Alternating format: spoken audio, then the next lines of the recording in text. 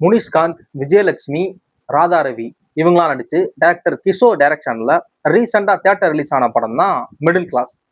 படத்தோட பேருக்கு ஏத்த மாதிரியே படம் வந்து மிடில் கிளாஸோட லைஃப்ல நடக்கிற ஒரு நிகழ்வு தான் இந்த படம்.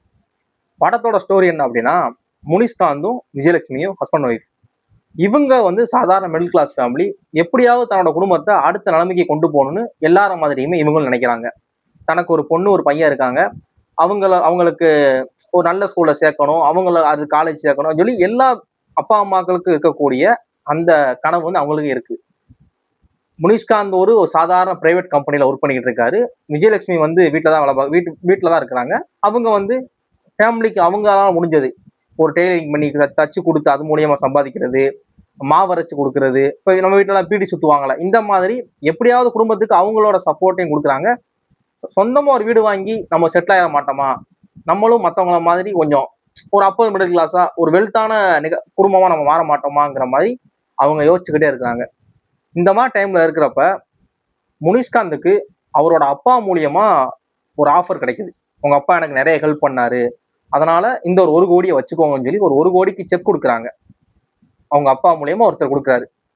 அந்த செக்கை வந்து வாங்கினதுக்கு அப்புறம் நம்ம ஃபேமிலியோட டோட்டலா நம்ம குடும்பத்தோட எல்லாமே மாறப்போகுது. 1 கோடி கிடைச்சிச்சுன்னா நம்ம எல்லாமே நம்ம லைஃப் ஸ்டைலே மாறிடும், எல்லாமே நம்ம நினைச்சதெல்லாம் பண்ணிடலாங்கிற மாதிரி இருக்கிறப்ப அந்த செக் வந்து தொலைஞ்சிருது.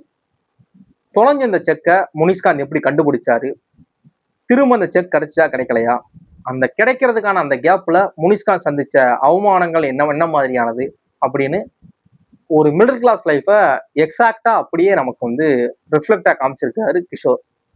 முனிஷ்காந்த், விஜயலட்சுமி 2 பேரோட பாயிண்ட் ஆஃப் வியூல பாக்குறப்ப யாரு தப்புனே நமக்கு சொல்ல முடியல. ஒரு கட்டத்துல விஜயலட்சுமி பண்றது கொஞ்சம் ஓவரா போகுதோ, அவங்க வந்து இவரை ரொம்ப திட்டி அது இது ரொம்ப நான் சாதாரண குடும்பத்துக்குள்ள வந்து ஒரு ஹீட்ல கத்துறது தான். அது படத்துல பாக்குறப்ப ரொம்ப ஓவரா போறாங்களோ யோசிக்கிறப்ப, கடைசி அவங்க சைட்ல இருந்து யோசிக்கிறப்ப கரெக்ட் தான்.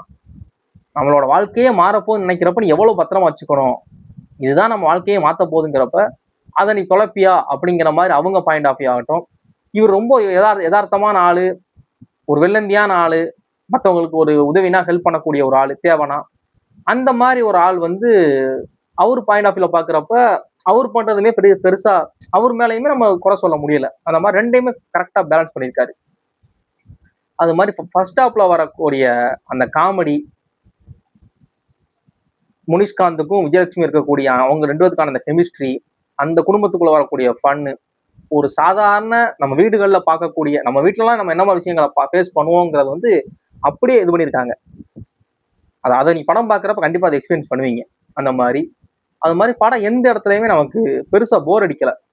முனிஷ்காந்தோட ஆக்டிங் வந்து ரொம்ப இயல்பா எல்லா படங்களையும் எல்லா காமெடி கேரக்டர்லையுமே அவர் எந்த மாதிரியான இது பண்ணுவாரோ அதையுமே ஒரு ஹீரோவாகவும் கதையின் நாயகனா அதையுமே ஹேண்டில் பண்ணியிருக்கிறாரு. படம் வந்து எந்த இடத்துலையுமே நம்ம போர் அடிக்கலை. படத்துல நிறைய காமெடி இருக்கு, நிறைய சேடான மூமெண்ட், இந்த செக்கை தொலைச்சது மாதிரியான இது இருக்கு. அடுத்து என்ன நடக்க போகுதுங்கிற நம்மள ஒரு எக்ஸைட்மெண்ட்ல வைக்கக்கூடிய அந்த ஒரு ஸ்கிரீன் பிளே படத்துல இருக்கு. அதையுமே படத்தோட டேரக்டர் ரொம்ப ரொம்ப கிளியரா ஹேண்டில் பண்ணியிருக்கிறாரு. படத்தை நிச்சயமா நீங்க பாருங்க. படம் உங்களுக்கு வந்து ஷேரா பிடிக்கும்.